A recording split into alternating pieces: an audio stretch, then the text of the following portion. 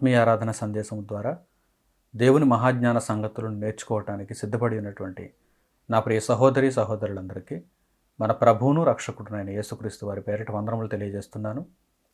ప్రియులారా, మీరంతా కూడా దేవుని వాక్యమును విని నేర్చుకొని దాని ప్రకారం నడుచుకుంటూ దేవుని ఇష్టానుసారముగా బ్రతుకుతున్నారని ఆశిస్తున్నాను. ఈరోజు దేవుని మహాకృపను బట్టి మరొక చక్కని ఉన్నతమైనటువంటి పాఠ్యాంశాన్ని పరిశుద్ధ గ్రంథం నుండి మనమంతా ఆలోచన చేద్దాం. మనుష్యులలో అనేక రకాలైనటువంటి మనస్తత్వాలను మనం చూస్తూ ఉంటాం. అందులో ఒక ప్రమాదకరమైనటువంటి మనస్తత్వం ఏంటంటే మూఢత్వం. చాలామంది మనుష్యులు మూఢులుగా కనిపిస్తూ ఉంటారు. వారి యొక్క ఆలోచన విధానం అంతా కూడా చాలా మూఢత్వంగా ఉంటుంది. అట్టి వారిని గూర్చి పరిశుద్ధ గ్రంథంలో వ్రాయబడినటువంటి మాటలు, దేవుడు అనుగ్రహించుచున్నటువంటి ఔషధ మూలికల వంటి జ్ఞానము ఈరోజు మనం ఈ పాఠ్యాంశంలో ఆలోచన చేద్దాం. ప్రస్తుత సమాజంలో ఎందరినో అటువంటి వారిని నేను చూస్తున్నాను. మూఢత్వం కలిగిన వారుగా మనుషులు బ్రతుకుతున్నారు. ఈ మూఢత్వము ఎంత ప్రమాదకరమైనదో దేవుని మాటల ద్వారా ఈరోజు మనం నేర్చుకోవాలి. ఒకవేళ ఈ మూఢత్వమునకు సంబంధించినటువంటి పరిస్థితి వింటున్నటువంటి మీలో కూడా ఉంటే వెంటనే దానిని మీరు సరిచేసుకోవాలి.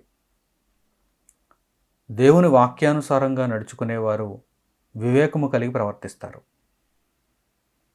పరిశుద్ధుడైన యేసుక్రీస్తు ప్రభువును తమ జీవితములలోనికి రక్షకునిగా ఆహ్వానించి పరిశుద్ధాత్మ ప్రేరణ చేత ఎందరైతే భూమి మీద దేవుని కుమారులుగా నడిపింపబడతారో వారంతా కూడా వివేకము కలిగి నడుచుకుంటారు, వివేకులుగా పిలువబడతారు. అయితే లోక సంబంధమైనటువంటి ఆలోచనలతో సాతాను సంబంధులుగా జీవిస్తున్న వారు మూఢులుగా మిగిలిపోతారు. మూఢత్వము కలిగిన వారుగా వారి బ్రతుకును కొనసాగించుకుంటారు.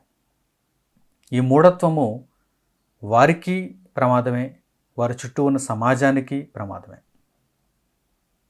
మూఢుడు తను తానే పొడుచుకుంటాడు, తన చుట్టూ ఉన్న వారికి కూడా ప్రమాదంగా మారిపోతాడు. కనుక మూఢులుగా ఎవరూ ఉండకూడదని దేవుడు కోరుకుంటున్నాడు. మూఢత్వమును మీలో నుండి తొలగించుకోవాలని దేవుడు ఆశిస్తున్నాడు. ప్రియులారా, ఔషధ మూలికల వంటి దేవుని మహాజ్ఞాన సంగతులను ఈ చక్కని పాఠ్యాంశంలో మనం నేర్చుకుందాం. మొదటగా జ్ఞాని అయినటువంటి సొలొమోను చేత దేవుడు పలికించిన మాటలు, అద్భుతమైనటువంటి సంగతులు ప్రసంగి గ్రంథము 4వ అధ్యాయము 13-14 వచనాల్లో మనకు కనిపిస్తున్నాయి. ప్రసంగి గ్రంథము 4వ అధ్యాయము 13-14.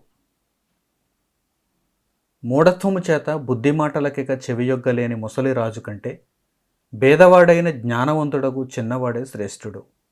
అట్టివాడు తన దేశమందు భేదవాడుగా పుట్టినను పట్టాభిషేకము నొందుటకు చెరసాలలో నుండి బయలువెళ్ళును.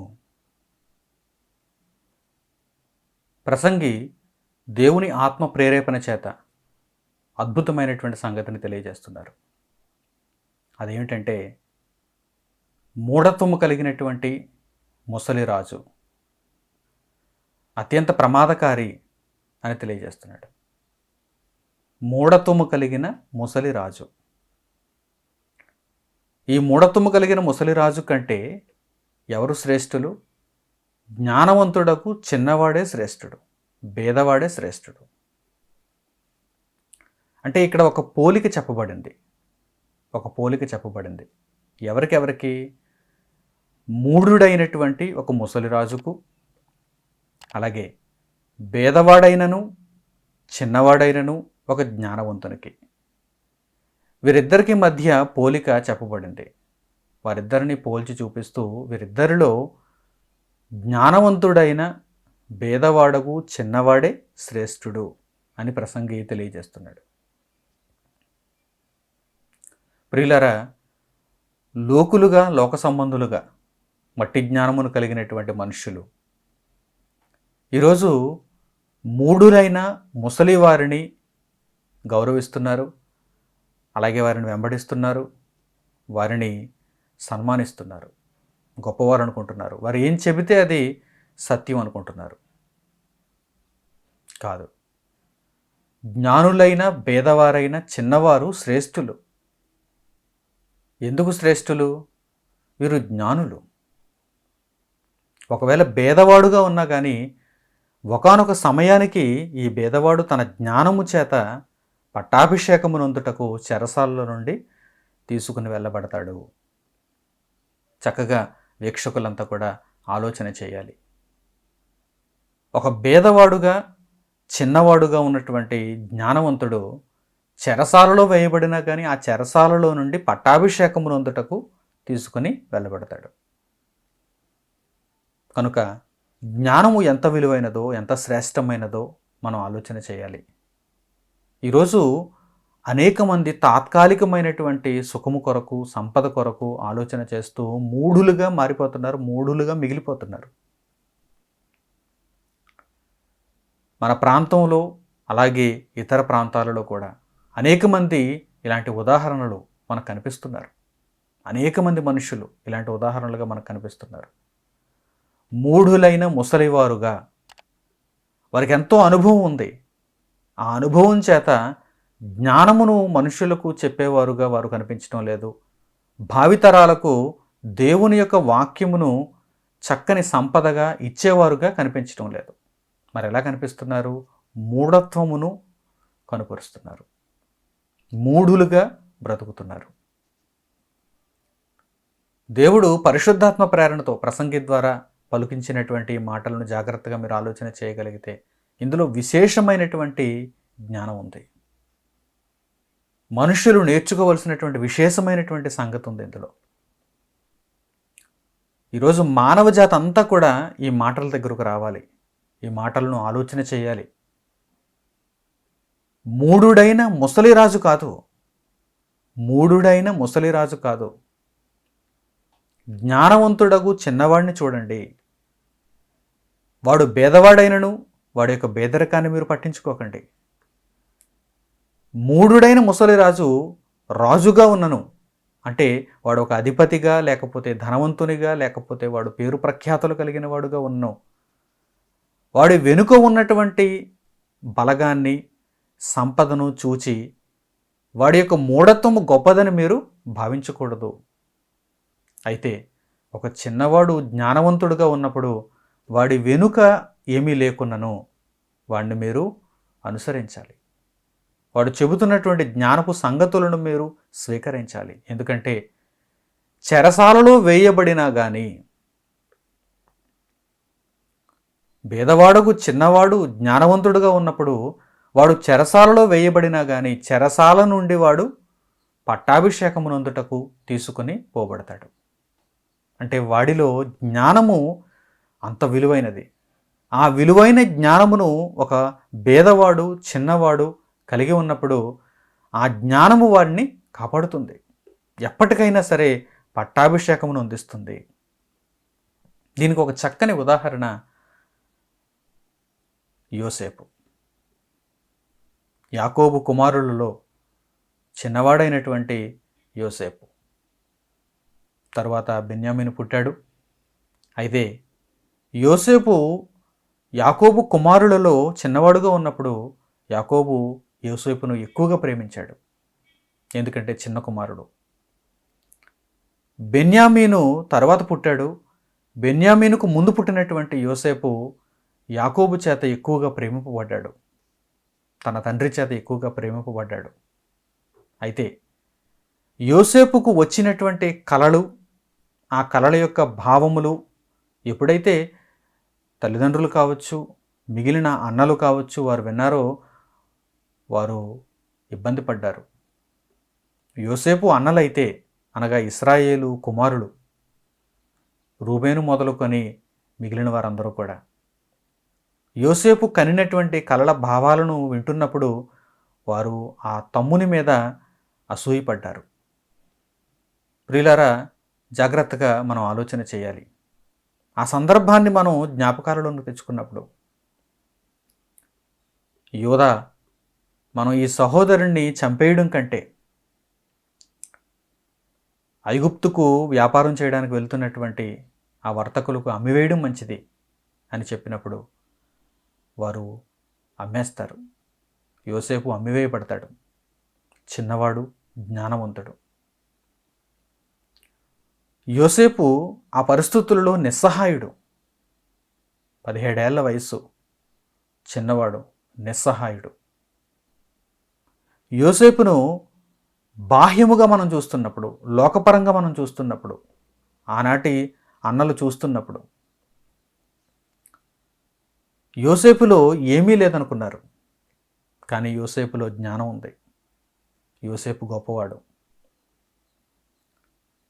మూఢుడైన ముసలి రాజు కంటే జ్ఞాని అయిన ఒక పడుచువాడు, వివేకము కలిగినవాడు, భేదవాడుగా ఉన్నా సరే అతడు శ్రేష్ఠుడు. అతడు ఐగుప్తు దేశమందు అమ్మివేయబడ్డాడు. ఆ తర్వాత నిందల పాలయ్యాడు. చెరసాలలోనికి కూడా వెళ్ళిపోయాడు. అతడు అనేకమైనటువంటి బాధలు అనేక సంవత్సరముల పాటు అనుభవించాడు. చెరసాలలో వేయబడ్డాడు. దేవుని కొరకు, దేవుని నిమిత్తము బాధలు కూడా అనుభవిస్తున్నాడు. నీతిని తప్పలేదు, జ్ఞానమును కోల్పోలేదు, మూఢునిగా మారలేదు. ఎందుకంటే ఒక విషయం యోసేపు జ్ఞాపకాలలో ఉంది. మూఢుడైన ముసలి రాజు కంటే జ్ఞాని అయిన భేదవాడు, చిన్నవాడు శ్రేష్ఠుడు. నేను ఒక జ్ఞానిగా ఉండాలి తప్ప నేను ఒక మూఢునిగా మారకూడదు. యోసేపు అన్నలందరూ కూడా మూఢత్వం కలిగిన వారు. వారు అనుకున్నదే సరైన మార్గం అనుకుంటారు. వారు పలికినదే సత్యం అనుకుంటారు. వారు దేవుని మాటలకు, దేవుని జ్ఞానమునకు, దేవుని వాక్యమునకు విలువనివ్వరు. వారు అక్కడ మూఢత్వాన్ని చూపించారు. వారి తమ్ముడిని కనికరించకుండా, అతడు కనినటువంటి కలలు, వాటి యొక్క భావములను వింటున్నప్పుడు వీరికి ఆ భావము నొప్పి కలిగించినప్పుడు వీరు మూఢులుగా మారిపోయారు. అందుచేత తమ సొంత తమ్ముడినే వారు అమ్మేశారు. ప్రియులారా, చక్కగా మీరు ఆలోచన చేయాలి. యోసేపు చిన్నవాడు, భేదవాడు, తల్లిదండ్రులు దగ్గర లేరు. అప్పటికే తల్లి చనిపోయింది రాహేలు. తండ్రి దగ్గర లేడు. తన వారెవరూ కూడా తన దగ్గర లేరు. అతడు పరాయి దేశంలో ఒక బానిసగా అమ్మివేయబడ్డాడు. పైగా పోతిఫరు భార్య అతనిపై ఒక నింద మోపింది. భయంకరమైనటువంటి పరిస్థితులలో అతడు ఐగుప్తు కారాగారంలో వేయబడ్డాడు, చెరసాలలో వేయబడ్డాడు. అతని చుట్టూ తనకు సహాయం చేసేవారు ఎవ్వరూ లేకపోయినా కానీ అతడు జ్ఞానమును ఆశ్రయించాడు. అతడు దేవునిని ఆశ్రయించాడు. నిజంగా మీ బ్రతుకు కాలంలో ఎన్నో సమస్యలు, ఇబ్బందులు, వేదనలు, కష్టములు మీకు ఎదురవుతున్నప్పుడు జ్ఞానమును మీరు కోల్పోకూడదు. దేవుని యొక్క వాక్యమును మీరు కోల్పోకూడదు. దేవుని చిత్తానుసారంగా మీరు బ్రతకాలి. దేవుని ఆలోచనలకు అనుకూలంగా మీరు బ్రతకాలి. ఎప్పటికైనా ఆ జ్ఞానం మిమ్మును రక్షిస్తుంది. యోసేపును అదే విధంగా ఆ జ్ఞానం రక్షించింది. యోసేపుకున్న జ్ఞానము యోసేపును రక్షించింది. ఎలా రక్షించింది? చెరసాలలో నుండి ఐగుప్తు దేశమునకు అధిపతిగా యోసేపు మారిపోయాడు. యోసేపు ఒక చెరసాలలో ఒక బందీ, ఒక బానిస, నేరారోపణ చేయబడినవాడు. అలాంటి వాడు ఫరో ప్రక్కన ఫరో అంతటి వాడుగా కనిపిస్తాడని ఎవరైనా అనుకుంటారా? ఐగుప్తు దేశం అంతటిని ఏలుతాడని ఎవరైనా అనుకుంటారా?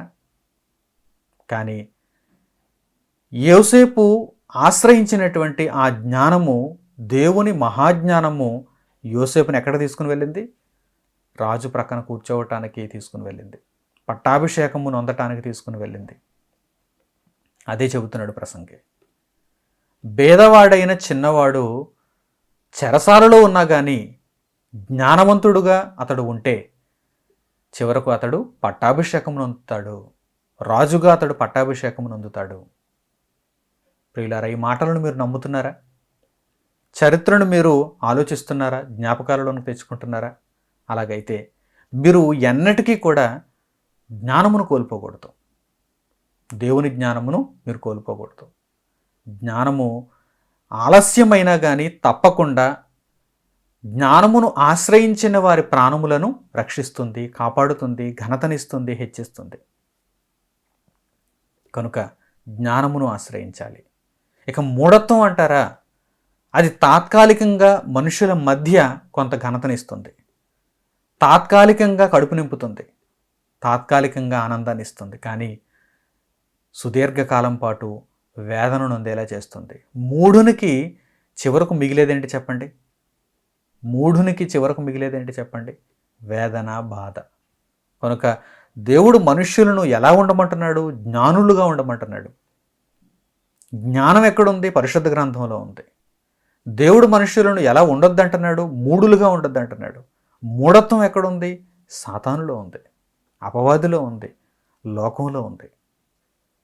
ఈరోజు మానవ జాతిలో మనుష్యులలో అనేక మంది మూఢులుగా ఉండడానికి ఇష్టపడుతున్నారే తప్ప, మూఢత్వం అనేది గొప్పది అనుకుంటున్నారు తప్ప, జ్ఞానము గొప్పది అని ఎవరు భావించడం లేదు. ఎందుకు? తాత్కాలికంగా శ్రమలు, ఇబ్బందులు, కష్టాలు, వేదనలు ఉంటాయి కనుక జ్ఞానమును ఎవరు ఆశ్రయించటం లేదు, జ్ఞానమును ఎవరు కూడా పెద్దదిగా ఎంచటం లేదు, గొప్పదిగా చూడటం లేదు. అయితే నిజమేంటో చెప్పమంటారా? జ్ఞానం ఎప్పటికైనా మిమ్మల్ని హెచ్చిస్తుంది. జ్ఞానము ఎప్పటికైనా మీ ప్రాణాలను కాపాడుతుంది.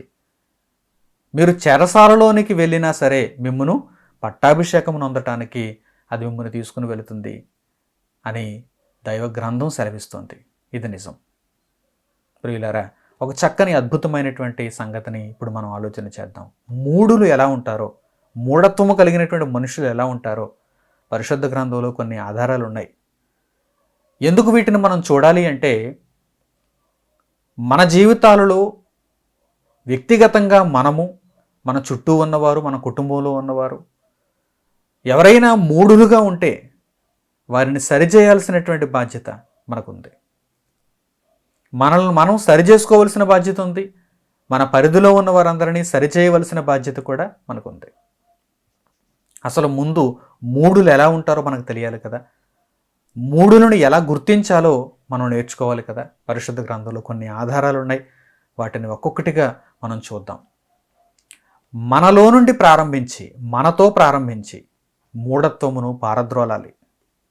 దేవుని వాక్యం అనే ఆత్మఖడ్గముతో దేవుని జ్ఞానమును మనము నేర్చుకుంటూ, దేవుని జ్ఞానం అనేటువంటి ఆయుధంతో మూఢత్వమును పారద్రోలాలి. ఎలా పారద్రోలాలో, ఎలా గుర్తించాలో, ఎలా దీనికి చక్కని వైద్యం చేసుకోవాలో దేవుని సన్నిధిలో, దేవుని వాక్యపు వెలుగులో మనం ఆలోచన చేద్దాం. సామెతల గ్రంథము 12వ అధ్యాయము 15వ వచనం చూడండి. సామెతల గ్రంథము 12వ అధ్యాయము 15వ వచనం. మూఢుని మార్గము వాని దృష్టికి సరి అయినది, జ్ఞానము గలవాడు ఆలోచనను అంగీకరించును. ఈ వాక్య భాగంలో మూఢునికి, జ్ఞానికి మధ్య ఉన్నటువంటి వ్యత్యాసాన్ని దేవుడు తెలియజేస్తున్నాడు. మూఢుని మార్గం వానికి సంతోషంగా ఉంటుంది.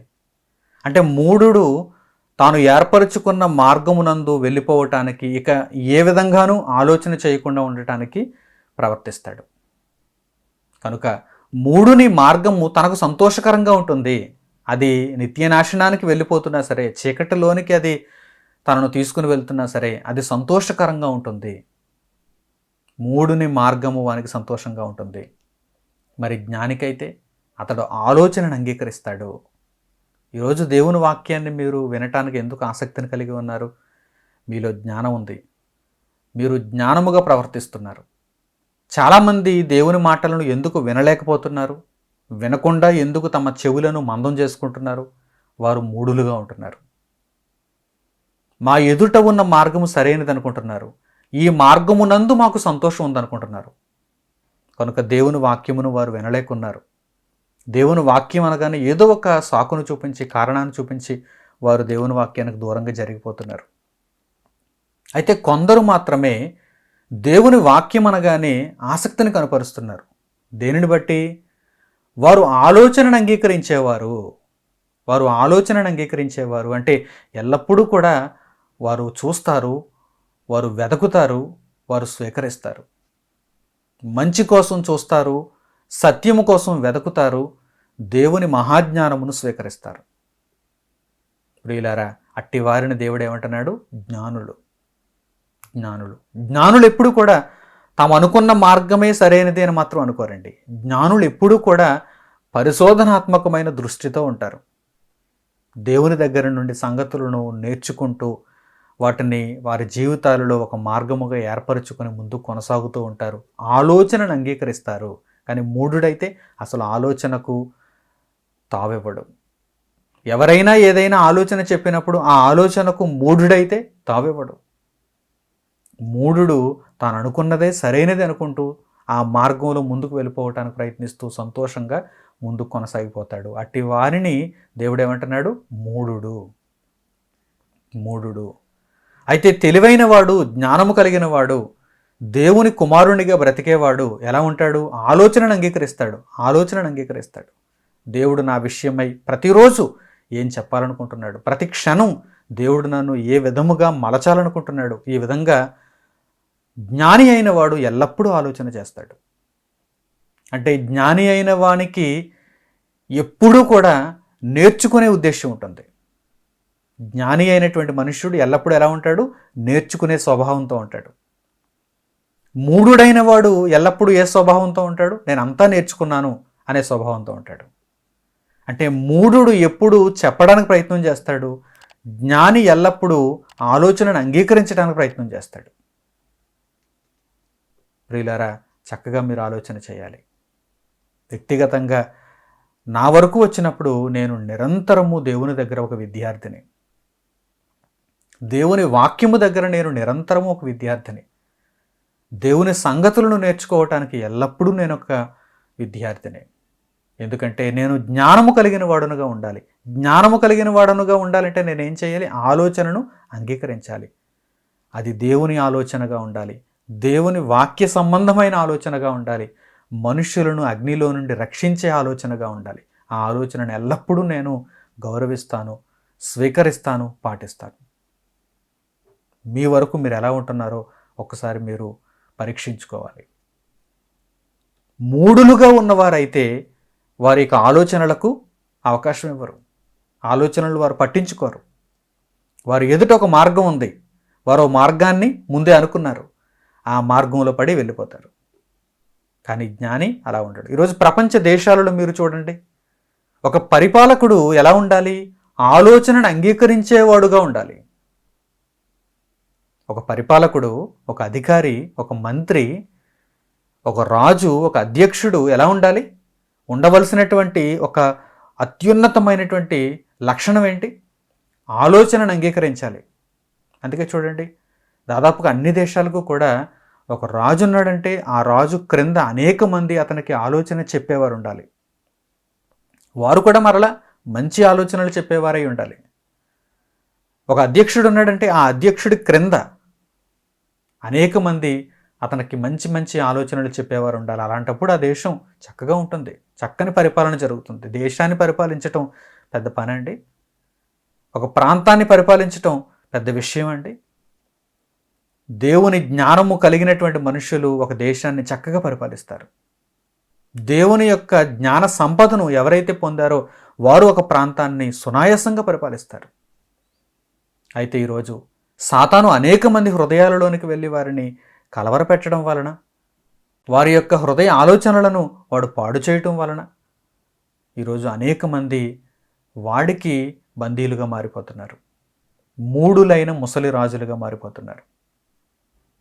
అయితే ప్రతి అధ్యక్షునికి, ప్రతి రాజుకు, ప్రతి అధికారికి, ప్రతి మంత్రికి ఉండవలసినటువంటి ప్రాముఖ్యమైన లక్షణం ఏంటంటే అతడు ఆలోచనను అంగీకరించాలి.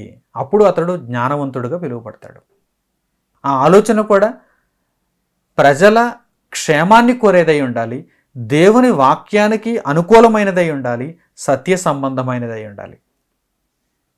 అంత చక్కని ఆలోచన ఎవరైనా చెప్పినప్పుడు ఆ ఆలోచనను ఒకడు స్వీకరించినప్పుడు అతడు జ్ఞానవంతుడుగా పిలువబడతాడు. లేదంటే వాడు ఎన్నుకున్న మార్గమే, వాడు అనుకున్న మార్గమే సరైనది అనుకుంటే వాడు ఖచ్చితంగా మూఢుడే. ఈరోజు మూఢుల క్రింద ఎందరో ఉన్నారు. ఈరోజు మూడులుగా ఎందరో పరిపాలన చేస్తున్నారు. ప్రియులారా, ఆలోచించాలి. అయితే మన వరకు మనం ఆలోచించుకున్నప్పుడు మనం మూడులుగా ఉంటున్నావా, జ్ఞానులుగా ఉంటున్నావా? మన చుట్టూ ఉన్నవారు, మన పరిధిలో ఉన్నవారు మూడులుగా ఉంటున్నారా, జ్ఞానులుగా ఉంటున్నారా? ఒక్కసారి మనం పరీక్షించాలి. తగిన వైద్యం చేయాలి. వారిని మరలా దేవుడు కోరుకున్న జనులుగా మనం మలచగలగాలి. మరో చక్కని సందర్భం సామెతల గ్రంథము 15వ అధ్యాయము 21వ వచనం. సామెతల గ్రంథము 15వ అధ్యాయము 21వ వచనం. బుద్ధి లేని వానికి మూఢత సంతోషకరము, వివేకము గలవాడు చక్కగా ప్రవర్తించును. ఇక్కడ ఏమని రాయబడిందో చూసారా? బుద్ధి లేని వానికి మూఢత సంతోషకరము, వివేకం కలిగిన వాడు, జ్ఞానవంతుడైతే చక్కగా ప్రవర్తిస్తాడు. అంటే ప్రవర్తన ఏ విధంగా ఉంటుందన్నమాట? మూడుని ప్రవర్తన చాలా భయంకరంగా ఉంటుంది, విపత్తులతో కూడినదిగా ఉంటుంది, అనేకులకు హానిని కలిగిస్తుంది. వారికి వారే చంపుకునేటట్టుగా ఆ ప్రవర్తన నాశనానికి తెరతీస్తుంది. అయితే జ్ఞానవంతులైతే గనుక, బుద్ధిమంతులైతే గనుక వారు చక్కగా ప్రవర్తిస్తారు. ఈరోజు సమాజంలో ఎందరో మనుషులు మూడులుగా మారిపోతున్నారు. వివేకము లేకుండా మూడులుగా మారిపోతున్నారు. కనీసపు వివేకం కూడా ఈరోజు మనుషుల్లో లేదు. బేసిక్ ఏదైతే ప్రాథమికం అనుకుంటున్నామో, ఒక మనిషిగా ఈ సమాజంలో బ్రతకడానికి ఏదైతే ప్రాథమికం అనుకుంటున్నామో ఆ వివేచనను కూడా కోల్పోయి ఈరోజు మనుషులు జీవిస్తున్నారు. అటువంటి పరిస్థితుల్లో వారిని వారే పొడుచుకుంటున్నారు. ఇటీవల చిత్తూరు జిల్లా మదనపల్లిలో జరిగినటువంటి ఒక సంఘటన వార్తల్లో మీరంతా వినే ఉండాలి. ఉన్నత విద్యను అభ్యసించినటువంటి తల్లిదండ్రులు, వారికి పుట్టినటువంటి 2 ఆడపిల్లలు. ఈ కుటుంబం ఎలాంటి పరిస్థితుల్లోనికి వెళ్ళిపోయిందంటే మూఢత్వంలోనికి వెళ్ళిపోయారు. మేము చనిపోవాలి, చనిపోయిన తర్వాత మరలా మేము పుట్టేస్తాం, ఈ భూమి మీద మేము చనిపోవాలి, మరలా మేము ఈ భూమి మీదే పుట్టేస్తాం అనుకుంటున్నారు. ఈ కలియుగంలో మేము చనిపోతే మరలా సత్యయుగంలో మేము పుట్టేస్తాం అంటున్నారు, జన్మించేస్తాం అంటున్నారు. ఎవరో చెప్పినటువంటి అబద్ధపు మాటలు, పిచ్చి మాటలు, వాటిని వారికి మార్గముగా ఏర్పాటు చేసుకున్నారు. తప్పుడు మాటలను మార్గముగా ఏర్పాటు చేసుకున్నారు. అలాగనే వారు విద్య లేని వారు అనుకుంటున్నారా? లేక భూమి మీద లోక సంబంధంగా ఎందుకు పనికిరాని వారు అనుకుంటున్నారా? వారు చాలా ఉన్నత విద్యను అభ్యసించారు. అలాగే వారు ఉద్యోగస్తులు కూడా, ఉపాధ్యాయులుగా ఉద్యోగాలు చేస్తున్నటువంటి వారుగా ఉన్నటువంటి వారుగా వారు కనిపిస్తున్నారు. తల్లిదండ్రులు ఇరువురు కూడా ఉన్నతమైనటువంటి స్థానాలలో ఉన్నారు. వారి పిల్లలకు చిన్ననాటి నుండి పరిశుద్ధ గ్రంథంలోని లేఖనానుసారమైన జ్ఞానమును నేర్పించకపోవటం వల్ల, వారు లోకపరమైనటువంటి అన్యాక్రాంతమైనటువంటి తప్పుడు బోధను నేర్చుకోవటం వలన వారు ఎలాంటి పరిస్థితులకు వెళ్ళిపోయారంటే మూఢత్వంలోనికి వెళ్ళిపోయారు. వారు నేర్చుకున్నటువంటి బోధ, వారు విన్నటువంటి సంగతులు, వారు అనుసరిస్తున్నటువంటి విశ్వాసం వారిని ఏ విధంగా ప్రేరేపించింది, వారిని ఎక్కడికి తీసుకుని వెళ్ళిపోయింది, వారిని వారే అంతమొందించుకునే స్థాయికి తీసుకుని వెళ్ళిపోయింది. ఇప్పటికీ కూడా వారి యొక్క మానసిక స్థితి బాలేదు. ఆడపిల్లలు 2 చనిపోయారు, కుమార్తెలు 2 చనిపోయారు, తల్లిదండ్రులు 2 ఇంకా చనిపోలేదు. ఆ పరిస్థితుల్లో పోలీసులు వారిని పట్టుకున్నారు. అయితే వారు చెరసాలలో వేయబడ్డారు. ఇప్పుడు ఆ కేసు విచారణ జరుగుతుంది. ప్రియులారా, ఇప్పటికీ కూడా వారు మారటం లేదు. జైలు గోడల మధ్య ఉన్నటువంటి వారు ఇప్పటికీ మారలేదు. వారి చుట్టూ ఉన్నటువంటి మిగిలినటువంటి నేరస్తులు, జైలులో ఉన్నటువంటి వారు వారిని చూసి భయపడుతున్నారు. నేరస్తులు వీరిని చూసి భయపడుతున్నారంటే మీరు ఆలోచన చేయండి, వారి మానసిక స్థితి బాగలేదు. అంటే దీనికి కారణం ఏంటన్నమాట? మూఢత్వం అంటే అదేదో చిన్న విషయం అనుకోకండి. మూఢత్వము మనిషిని ఏ స్థాయికి తీసుకుని వెళ్ళిపోతుందో మీరు ఆలోచన చేయండి. ఇలాంటివి చాలా సంఘటనలు, అనేకమైనవి ఇంకా వెలుగులోనికి రాకుండానే కాలగర్భంలో కలిసిపోతున్నాయి. ప్రియులారా, దేవుని వాక్యమును మీరు అంగీకరించగలిగితే పరిశుద్ధుడైన తండ్రి మనుషులను ఏ విధంగా ఉండమని కోరుకుంటున్నాడు? వివేకులుగా ఉండమని కోరుకుంటున్నాడు, జ్ఞానవంతులుగా ఉండమని కోరుకుంటున్నాడు. ఏనాడైనా తండ్రి అయిన దేవుడు తమ్మును తామే పొడుచుకోమని ఏ మనిషికైనా చెప్పాడా? లేక ఇతరులను నాశనం చేయమని ఏ మనిషికైనా చెప్పాడా? దేవుని వాక్యానుసారంగా ప్రవర్తించమన్నాడు. పొరుగువారిని ప్రేమించమన్నాడు. సహోదరుల కొరకు అవసరమైతే ప్రాణం పెట్టమన్నాడు తప్ప ప్రాణం తీయమనలేదు. అద్భుతమైనటువంటి సంగతులతో దేవుడు తన గ్రంథాన్ని పొందుపరిచాడు. విశేషమైనటువంటి మార్గమును తన కుమారుడైన యేసుక్రీస్తు ప్రభువు ద్వారా లోకానికి అనుగ్రహించాడు. కానీ ఇప్పటికీ కూడా మనుషులు దానిని గ్రహించలేకపోతున్నారు. వారు నేర్చుకున్నటువంటి మూఢపు సంగతులు, మూఢత్వానికి సంబంధించినటువంటి ఆలోచనలతో ఈరోజు మనుషులు తమకు తామే నాశనమును విధించుకుంటున్నారు. కనుక దైవవాక్యంలో పొందుపరచబడిన మాటలు చూడండి. మూఢులైతే, వివేకము లేనివారైతే, బుద్ధి లేనివారైతే వారి మూఢతను బట్టి వారు సంతోషిస్తారు. కానీ జ్ఞానము కలిగిన వారైతే చక్కగా దేవుని మాటలను అంగీకరించి ఆలోచనకు చెవినిచ్చి చక్కగా ప్రవర్తిస్తారు, దేవుని కొరకు బ్రతుకుతారు. ప్రియులారా, మీరంతా కూడా ఆ విధమైన ఆలోచనల్లో ఉండి వివేకము కలిగిన వారుగా ప్రవర్తించాలని, జ్ఞానవంతులుగా దేవుని కోసం బ్రతకాలని దేవుడు కోరుకుంటున్నాడు. అలాగే మరొక వాక్య భాగంలో దేవుడు ఏమంటున్నాడు? మూఢులు ఎలా ప్రవర్తిస్తారో అక్కడ దేవుడు తెలియజేస్తున్నాడు. మూఢులను ఎలా గుర్తించవచ్చో ఆ వాక్య భాగం ద్వారా మనం నేర్చుకోవచ్చు. యెషయా గ్రంథము 32వ అధ్యాయము 6వ వచనాన్ని చూడండి. యెషయా గ్రంథము 32వ అధ్యాయము 6వ వచనం. మూఢులు మూఢవాక్కులు పలుకుదురు, భక్తిహీనముగా నడుచుకొందురు, యెహోవాను గూర్చి కాని మాటలాడుచు, ఆకలిగొనిన వారి జీవనాధారము తీసుకొనొచ్చు, దప్పిగొనిన వారికి పానీయము లేకుండా చేయుచు, హృదయపూర్వకముగా పాపము చేయుదురు. మూఢులను ఎలా గుర్తించవచ్చో చూడండి. మూఢులు మొట్టమొదట చేసేది ఏంటంటే మూఢవాక్కులు పలుకుదురు. అంటే మూఢులు మాట్లాడినప్పుడు వారి మాటల ద్వారా వారిలో ఉన్న మూఢత్వమును మనం తెలుసుకోవచ్చు. మూఢులు మూఢవాక్కులు పలుకుదురు అంటే వారి నోటి నిండా మూఢత్వానికి సంబంధించినటువంటి మాటలు ఉంటాయి. అంటే ఆ మాట మనం వినగానే, ఒక జ్ఞాని ఆ మాట వినగానే ఇది ఖచ్చితంగా మూఢత్వానికి సంబంధించిన మాట అని వెంటనే గుర్తించేస్తాడు. మూఢులు మూఢవాక్కులు పలుకుదురు, తండ్రి అయిన దేవుని గూర్చి కాని మాటలాడుదురు. ఎంత భయంకరమైనటువంటి పరిస్థితుల్లో వారు ఉంటారో చూసారా? అంటే దేవునిని వారు నిరాకరిస్తారు, దేవునిని వారు నిషేధిస్తారు. మూఢత్వం ఎంతకు మనిషిని తీసుకుని వెళ్ళిపోతుందో చూడండి. ఒక మనిషిలో పుట్టిన మూఢత్వం ఏ స్థాయికి మనిషిని దిగజారుస్తుందో చూడండి. దేవుని గూర్చి కాని మాటలాడే పరిస్థితికి మనిషిని తీసుకుని వెళ్ళిపోతుంది. దేవుని వలన పుట్టినవాడు దేవుని గూర్చి కాని మాటలాడతాడు, దేవుని వలన బ్రతుకుచున్నవాడు దేవుని మీద కాని మాటలాడతాడు, దేవుని వలన ఈరోజు ఇలా ఉనికిని కలిగి ఉన్నవాడు దేవుని గూర్చి కాని మాటలాడతాడు. దీనికి కారణం ఏంటి? మూఢత్వం. మూఢులు మూఢవాక్కులు పలుకుతారు, వారిలో భక్తి ఉండదు, భక్తిహీనంగా నడుచుకుంటారు.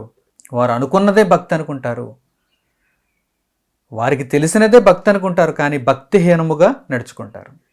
మూఢవాక్కులు పలుకుతూ భక్తిహీనముగా నడుచుకుంటారు. దేవునిని గూర్చి కాని మాటలాడతారు, కనుక ఇలా ఎప్పుడైనా ఎవరైనా మాట్లాడుతున్నప్పుడు వెంటనే వారిని మూఢులుగా గుర్తించాలి. సాధ్యమైతే వారికి దేవుని వాక్యము చేత వైద్యం చేయాలి, వారిని దేవుని మాటల చేత రక్షించాలి. ప్రియులారా, ఒకవేళ మీలో ఎవరైనా ఇటువంటి పరిస్థితుల్లో ఉంటే తప్పకుండా మిమ్మల్ని మీరు సరిచేసుకోవాలి. ఎందుకంటే మరలా ఇటువంటి మంచి సమయం మీకు దొరకకపోవచ్చు. మిమ్మల్ని మీరు సరిచేసుకునేటువంటి మంచి సమయం మీకు మరలా ప్రాప్తించకపోవచ్చు. కనుక ఈ చక్కని అవకాశమును అందిపుచ్చుకొని మీలో ఉన్న మూఢత్వమును సమూలంగా మీరు తొలగించుకోవాలి. దేవుని కొరకు బ్రతికేవారుగా మీరు మారాలి, ఆలోచనను అంగీకరించేవారుగా మీరు మారాలి. మీరు చిన్నవారైనా పేదవారైనా జ్ఞానులుగా ఉండడానికి మీరు ప్రయత్నం చేయాలి. మూఢులు పైగా ఏం చేస్తారో చూడండి, ఆకలి కొనిన వారి యొక్క ఆహారం తీసేసుకుంటారు, దప్పిగొనిన వారి యొక్క దాహం తీసేసుకుంటారు, వారికి ఇవ్వాల్సిన పానీయం తీసేసుకుంటారు. వారు అతి భయంకరులుగా మారిపోతారని అర్థం. అతి భయంకరులుగా మారిపోతారని అర్థం. వారు పాపాత్ములు అయిపోతారు. వారు పాపమును జరిగిస్తారు. హృదయపూర్వకంగా వారు పాపమును జరిగిస్తారు. అంటే వారికి అది తప్పని తెలిసినా వారిలో ఉన్న మూఢత్వం ఏం చెబుతుందంటే, నువ్వు ఈ కార్యక్రమం చేయాల్సిందే, నీవి పాపమునకు ఒడగట్టాల్సిందే అని వారిని ప్రేరేపిస్తుంది. ఈరోజు ఎందరో మనుషులు ఆ విధంగా మనకు అనిపించడం లేదా? అన్యాయముగా అనేక మందిని దోచుకుంటూ, అనేక మంది ఆకలితో ఉండడానికి, దప్పికతో ఉండడానికి, వస్త్రహీనతతో ఉండడానికి కారకులుగా మారిపోతూ వీరు అన్యాయముగా మనుషులందరినీ హింసిస్తున్నారు అంటే దానికి కారణం మనిషిలో ఉన్న మూఢత. ఒక లంచగొండితనానికి మనిషిలో ఉన్న మూఢతే కారణం. ఈరోజు సమాజం అస్తవ్యస్తం కావటానికి, సమానత్వం లేకపోవటానికి, పొరుగువారిని కనీసం ప్రాథమిక స్థాయిలో కూడా ప్రేమించలేకపోవటానికి కారణం ఏంటంటే మనిషిలో ఉన్న మూఢత్వము. మనిషిలో ఉన్న మూఢత్వము. ఆ మూఢత్వం వాడిని ఏం చేస్తుంది? ఆ మూఢత్వం వాడిని ఏ విధంగా ప్రేరేపిస్తుంది? నీవే బ్రతకాలి, నీ కుటుంబమే బ్రతకాలి, మిగిలిన వారు ఎవరు మనుషులు కారు, మిగిలిన వారికి నీవు ఏమీ చేయకూడదు, వారికి నీవు సహాయం చేయకూడదు, వారిని నీవు ఆదుకోకూడదు, వారిని నీవు దోచుకోవాలి అని వారిలో ఉన్న మూఢత్వం వారిని దుర్మార్గత వైపు ప్రేరేపిస్తుంది. కనుక వారు హృదయపూర్వకంగా, మనఃపూర్వకంగా పాపం చేస్తారు, ఇష్టపూర్వకంగా పాపం చేస్తారు. దేవుని వాక్యం ఈ విధంగా సెలవిచ్చింది. కనుక ప్రియులారా, ఎప్పుడు కూడా మూఢత్వం కలిగిన వారుగా మీరు మారొద్దు. ఒకవేళ మూఢత్వం ఇప్పటికే మీలో ఉంటే ఆ మూఢత్వపు స్వభావాన్ని సమూలంగా దేవుని వాక్యము చేత మీరు కడిగి వేసుకోండి, తొలగించుకోండి. మీరు పరిశుద్ధులుగా యేసుక్రీస్తు ప్రభువు మార్గంలోనికి రండి. మీరు పవిత్రులుగా దేవుని కోసం బ్రతకను ఉద్దేశించి యేసుక్రీస్తు ప్రభువు ద్వారా రక్షణ నుండి ఆ మార్గంలో మీరు ప్రయాణించండి. దేవుడు మీకు ఇస్తున్నటువంటి పిలుపు, దేవుని కొరకు బ్రతకడానికి దేవుడు మీకు ఇచ్చినటువంటి చక్కని అవకాశం. మూఢులు చివరికి నాశనం అవుతారు, జ్ఞానులు ఇప్పుడు చిన్నవారుగా కనిపించినా కానీ చివరకు పట్టాభిషేకం పొందుతారు.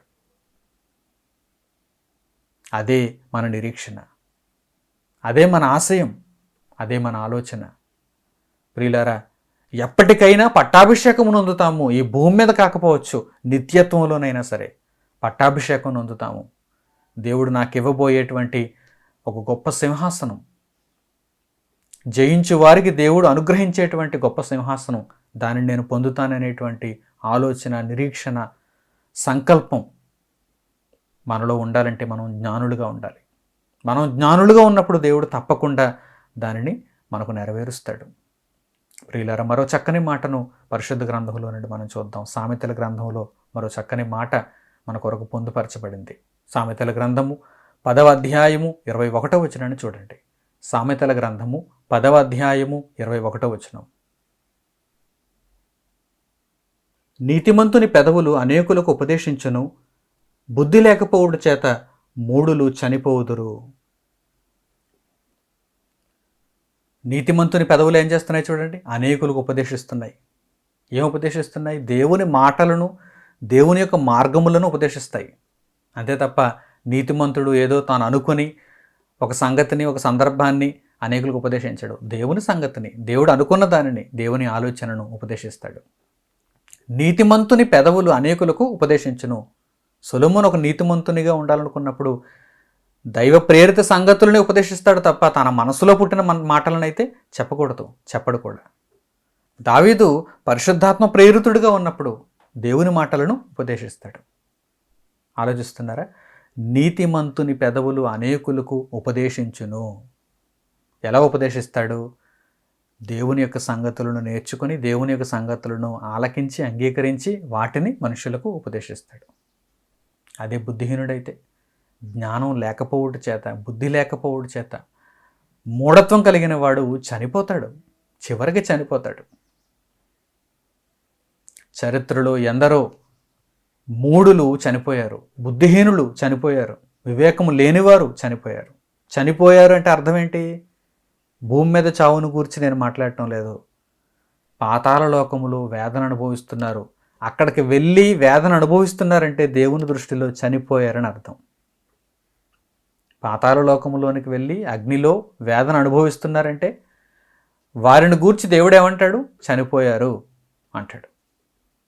చాలాసార్లు కొన్ని పరిస్థితులలో కొన్ని మాటలను కొందరు వ్యక్తుల ద్వారా మనం వింటూ ఉంటాం. అవేంటంటే, ఏదైనా ఒక భయంకరమైనటువంటి తప్పు చేశారనుకోండి, కుమారులు కానీ కుమార్తెలు కానీ, తల్లిదండ్రులు ఏమంటారంటే, మా దృష్టిలో వారు చనిపోయారు అంటారు.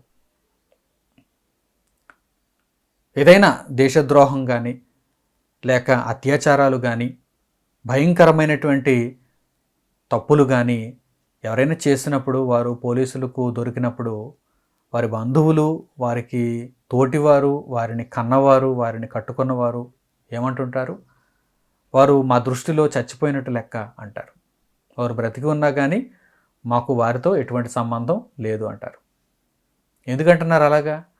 వారు బ్రతికి ఉన్నా వారు మావారు అని చెప్పుకోవటానికి వారు చేసినటువంటి కార్యం బహుభయంకరమైనది, చెడ్డది. కనుక అట్టి వారికి సంబంధించిన వారము అని మేము చెప్పుకోవటానికి మా మనసు ఒప్పుకోవటం లేదు. కనుక అట్టి వారు చనిపోయారని మేము తీర్మానించుకుంటాం, మేము భావిస్తాం అంటుంటారు. దేవుడు ఇదే పరిస్థితుల్లో చనిపోయిన వారిని, మూఢులను, పాపాత్ములను లెక్కగడుతున్నాడు. చనిపోయారు. తన పిల్లలనైతే భూమి మీద మరణించిన వారు నిత్యత్వానికి అంగీకరింపబడతారు గనక వారు బ్రతికి ఉన్నారు అని దేవుడు చాలా సెలవిస్తున్నాడు.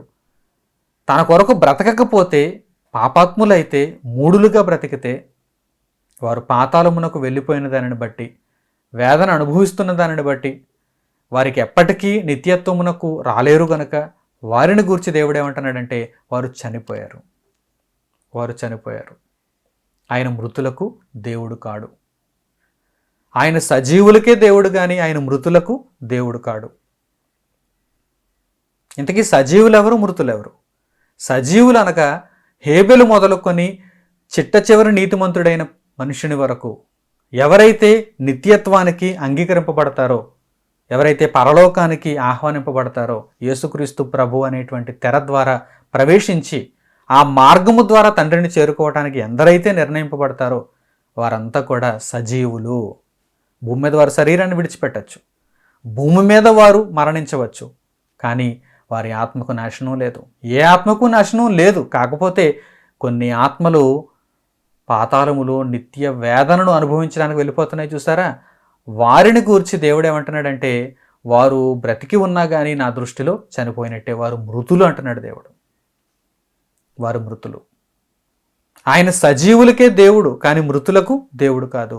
ఆ మృతులకు దేవుడని పిలిపించుకోవడానికి ఈయనకు మనస్సు లేదు.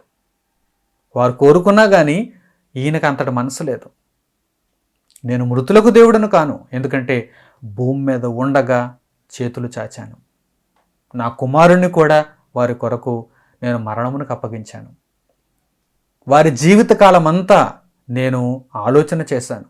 వారికి తిండి పెట్టాను, ఆరోగ్యాన్ని ఇచ్చాను, వసతిని ఇచ్చాను, వారికి ఒక కుటుంబాన్ని ఏర్పరిచాను, వారికి ఒక బ్రతుకునిచ్చాను. వారి జీవితకాలంలో ఏదో ఒక క్షణాన నా మాటల వైపు వారు చెవియొగ్గి నా వైపు తిరుగుతారనే ఆలోచనతో నేనున్నాను. కానీ ఏ క్షణాన కూడా వారు నన్ను పట్టించుకోలేదు. మూఢులుగా మారిపోయారు. మూఢత్వం కలిగిన వారుగా బ్రతికారు. మూఢత్వం కలిగిన వారుగా బ్రతికారు. పరిశుద్ధ గ్రంథము ద్వారా నా ఆలోచనలన్నిటినీ, నా మనస్సునంతటినీ నేను ప్రపంచానికి తెలియజేసినా కానీ వారు దానిని గ్రహించలేకపోయారు. వారు నా మాటలకు విలువనివ్వకపోయారు. కనుక వారు చివరకు చనిపోతారు. బుద్ధిహీనులు వారి యొక్క మూఢత్వమును బట్టి చివరకు చనిపోతారు. కానీ నీతిమంతులైతే, జ్ఞానవంతులైతే వారి పెదవులు అనేకులకు ఉపదేశిస్తూ వారు నిత్యత్వంలో బ్రతుకుతారు. వారు సజీవులు అంటున్నాడు దేవుడు. వారు సజీవులు అంటున్నాడు దేవుడు. ఒక అబ్రాహాము గారిని చూడగానే దేవుడు ఏమంటాడు? సజీవుడు. నీతిమంతుడు, జ్ఞానవంతుడు, భేదవాడైనను, అతడు ఒంటరివాడైనను అతడు జ్ఞానవంతుడు. అబ్రాహాము గారు దేవుని పిలుపునందుకొని దేవుడు చూపించిన దేశమునకు వెళుతున్నప్పుడు అతడు ఒంటరివాడండి. అతడు ఒంటరివాడు. అతడు చుట్టూ ఏమీ లేదు. దేవుని పిలుపునందుకొని బయలుదేరిపోయాడు. కానీ జ్ఞానము కలిగిన వాడుగా, వివేకవంతుడుగా, దేవుని ఎడల విశ్వాసము కలిగిన వాడుగా, నీతిమంతుడుగా దేవుని దృష్టిలో ఉన్నాడు కనుక దేవుడు అబ్రహాము గారిని ఆశీర్వదించారు. ప్రియులారా, మీరు చక్కగా ఆలోచన చేయాలి. ప్రతి సందర్భము, ప్రతి ఉదాహరణ మనకొక మేల్కొలుపుగా కనిపిస్తుంది, మనకు ఉదాహరణగా కనిపిస్తుంది, మనకు దృష్టాంతంగా కనిపిస్తుంది, మనకు జ్ఞానాన్ని ప్రబోధిస్తుంది. మన వ్యక్తిత్వమును మనము జ్ఞానవంతముగా మార్చుకోవాలి. మన వ్యక్తిత్వమును మనము వివేకము దిశగా మార్చుకోవాలి. అంతే తప్ప మూఢత్వముగా మనం వెళ్ళిపోకూడదు, మూడులుగా మనం మారిపోకూడదు. మూడులుగా ఉన్న వారికి చివరకు నాశనం, మూడులుగా ఉన్నవారు చివరకు చనిపోతారు, మూడులుగా ఉన్నవారు దేవుని యొక్క జాబితాలో నుండి కొట్టివేయబడతారు, దేవుని ఆలోచనలో నుండి చెరిపివేయబడతారు. అయితే జ్ఞానవంతులుగా ఉన్నవారు, నీతిమంతులుగా ఉన్నవారు దేవుని వాక్కులను తమ జీవితంలో ఒక మార్గముగా ఏర్పాటు చేసుకుని ఆ వెలుగులో ప్రయాణించడానికి సిద్ధపడి ఆ వెలుగులో కొనసాగిపోతున్నవారు దేవుని కొరకు ఎన్ని బాధలైనా, ఎన్ని నిందలైనా, ఎన్ని కష్టాలైనా అనుభవిస్తూ సంతోషముతో వాటిని స్వీకరిస్తూ దేవుని కొరకు క్రీస్తు నిమిత్తము ఒక సాక్షిగా ఎవరైతే నిలబడతారో, ఎవరైతే బ్రతుకుతారో వారందరినీ కూడా దేవుడు ఏమంటున్నాడంటే, నీవు పట్టాభిషేకం పొందటానికి సిద్ధంగా ఉండంటున్నాడు.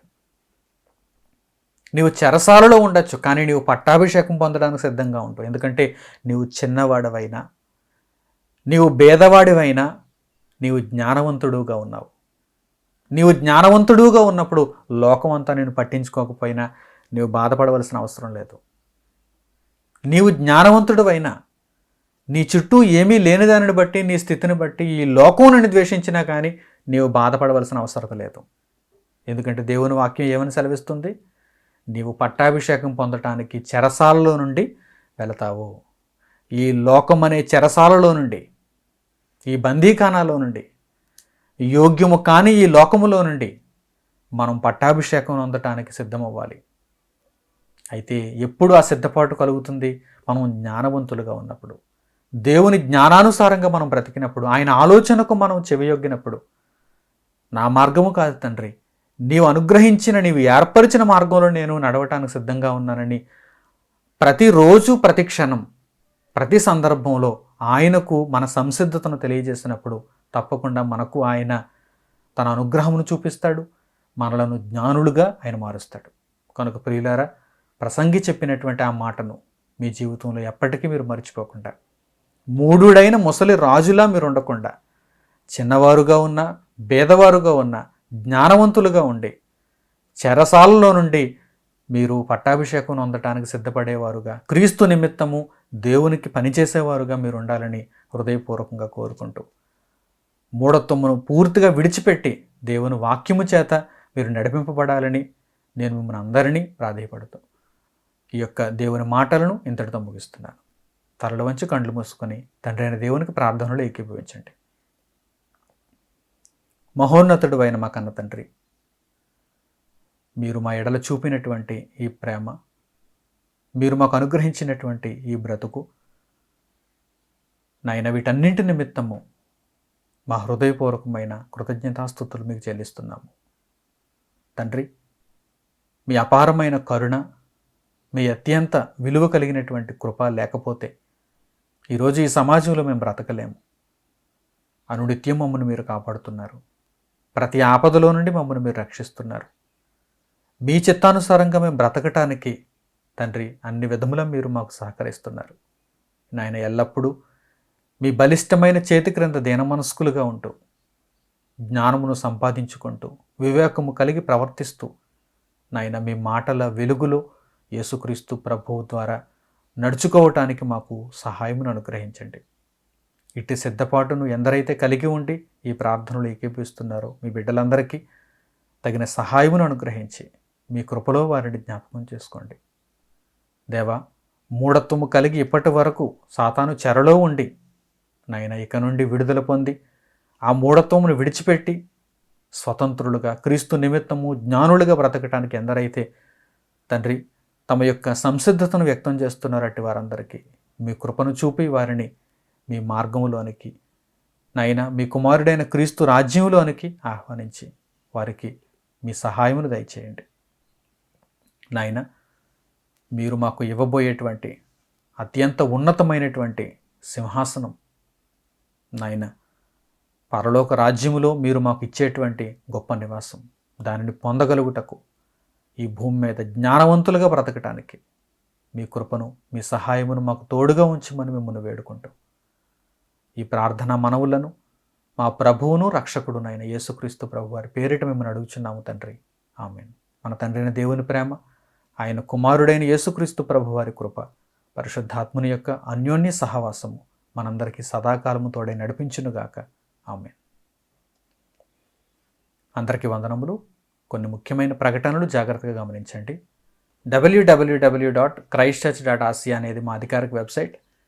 ఈ వెబ్సైట్ను మీరు వీక్షించి ఇంకనూ మీరు దేవుని గురించి తెలుసుకోవలసినటువంటి అనేక విషయాలను ఆ వెబ్సైట్ ద్వారా పొందుపరచబడినటువంటి మార్గముల ద్వారా మీరు తెలుసుకుంటారని నేను ఆశిస్తున్నాను. అలాగే ఆండ్రాయిడ్ అప్లికేషన్ స్క్రిప్చర్స్ యూనివర్సిటీ అనేటువంటి ఆండ్రాయిడ్ అప్లికేషన్ గూగుల్ ప్లే స్టోర్లో సిద్ధంగా ఉంది. ఆసక్తి కలిగిన వారు మీ స్మార్ట్ ఫోన్లో ఆ ఆండ్రాయిడ్ అప్లికేషన్ను డౌన్లోడ్ చేసుకుని ఇన్స్టాల్ చేసుకుని దేవుని వాక్యమును మరింత చేరువ చేసుకుంటారని నేను మీకు తెలియజేస్తున్నాను.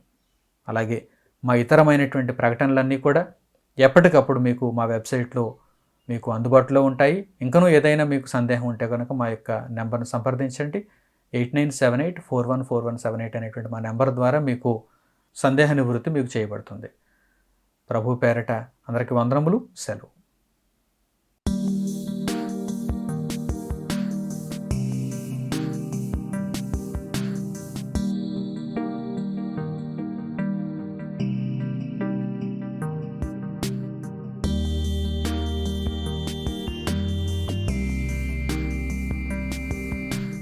సహోదరులు మణికుమార్ గారు ప్రసంగించిన ఎన్నో ఆత్మ సంబంధమైన సంగతులను ఉచితముగా వీక్షించుటకు స్క్రిప్చర్స్ యూనివర్సిటీ మరియు సన్ ఆఫ్ గాడ్ ఆన్లైన్ అనే మా యూట్యూబ్ ఛానల్స్ను తప్పక దర్శించండి.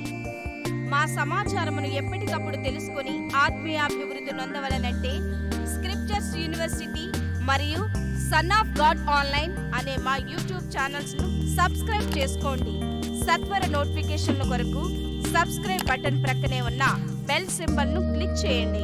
ధన్యవాదములు.